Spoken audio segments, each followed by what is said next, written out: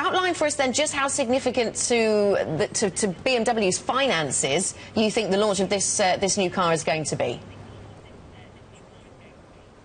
Well, all our cars are important, but clearly the 7 Series is the pinnacle of our brand. It is the car that brings the new technology, it's the car that brings the innovation, and of course it's the car that is driven by the opinion leaders and the movers and shakers around the world. So this is a very important, it's a very proud moment for us as the 6th generation 7 Series is unveiled. Ian, it's Guy. When we look at the car, clearly you're sort of referring to it having a halo effect. Do you think it's therefore going to give you a bit of momentum back in the battle with Mercedes, in the battle with Audi?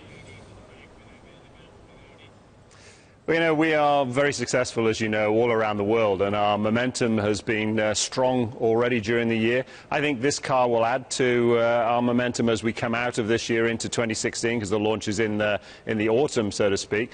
But I can tell you also there are many other cars in the pipeline that will also be launched during this year, so I'm confident we'll continue to see growth right around the world with the BMW product lineup during 2015. This is clearly a car that's full of lots of new technology, Ian. We recently heard from the CEO of Audi, who said that electronics is going to become just as important to customers as traditional horsepower and handling. What's your take? To what extent does your business remain a car company, and how much of your time do you have to spend delivering on the electronics?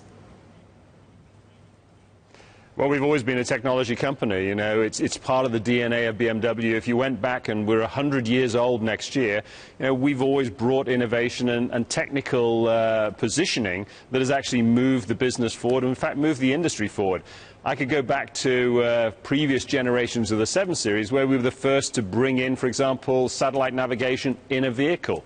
Today, of course, it's commonplace right across the auto world. In this car behind me, you'll see many other number one firsts, or first for the industry. So, for example, we've got gesture control. So you can use a signal like this to take up the volume on your radio. You can go like that to dismiss a phone call. You can go like that to accept a phone call. Other technologies such as self-parking, so you can now exit the vehicle, stand alongside it in front of your garage, press the key, and the car will move into the garage completely safely. Great, of course, if you live in an urban environment with a very tight space. You don't have to squeeze out of the car anymore. That, coupled with many, many other features that bring this car, you know, forward in the technological stakes, I think is part of what you'd expect from BMW. Also comes with heated armrests, I understand, as an option, in which I'm particularly looking forward to. Just talking about that technology, data is now big data. We spend so much time talking to companies about the data they collect. What kind of data do you get off this new 7 Series? What kind of information can you gather about how people drive it, how they use it, and what can you do with that data? Well, first of all, you know, the data that's in the car is belonging to the car and belonging to the customer.